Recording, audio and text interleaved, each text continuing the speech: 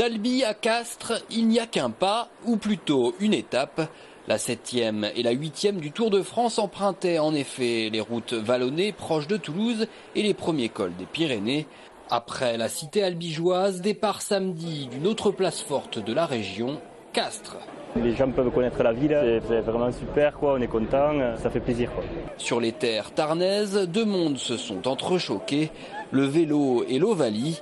Près du village départ, on croise d'ailleurs Émile Ntamak, ancien joueur du Stade Toulousain et du 15 de France.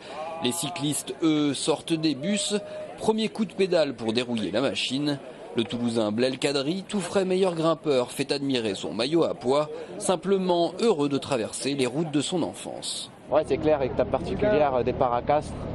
Hier, c'était l'arrivée à Albi, dans un club une ville où j'ai passé 2 ans dans un club, donc vraiment très très content. Ouais. Sur le Tour, c'est chaque jour une petite rentrée des classes. On révise la Bible sportive, on pointe à l'appel en saluant la foule.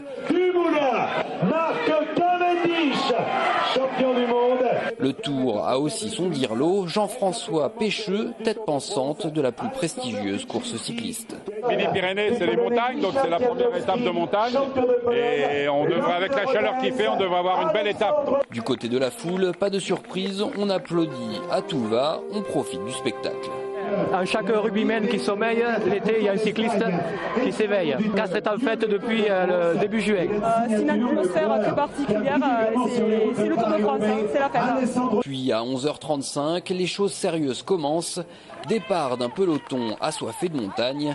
Les bicyclettes cèdent la place au bouclier de Brennus. Nouveau bain de foule pour le bout de bois et 2 champions made in CO. À la base, c'était juste pour le tour, mais du fait qu'il y ait le Brennus, avec Mathieu, on a repris un petit bain de foule, ouais, ça fait du bien. Ouais. C'est tout un honneur de partager ce moment avec les coureurs, parce que pour nous, on a un énorme respect pour eux, parce que je crois que c'est un sport très très difficile et on est très content d'être là aujourd'hui.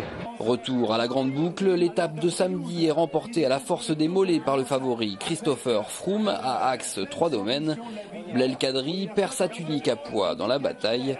Dimanche, les Pyrénées étaient toujours au programme. La 9e étape passait notamment à Saint-Béat, village sinistré moins de 3 semaines auparavant. C'est l'Irlandais Daniel Martin qui s'est imposé à Bagnères de Bigorre. Bye bye les Pyrénées. Après la journée de repos ce lundi, il reste aux coureurs 12 étapes à boucler avant les Champs-Élysées.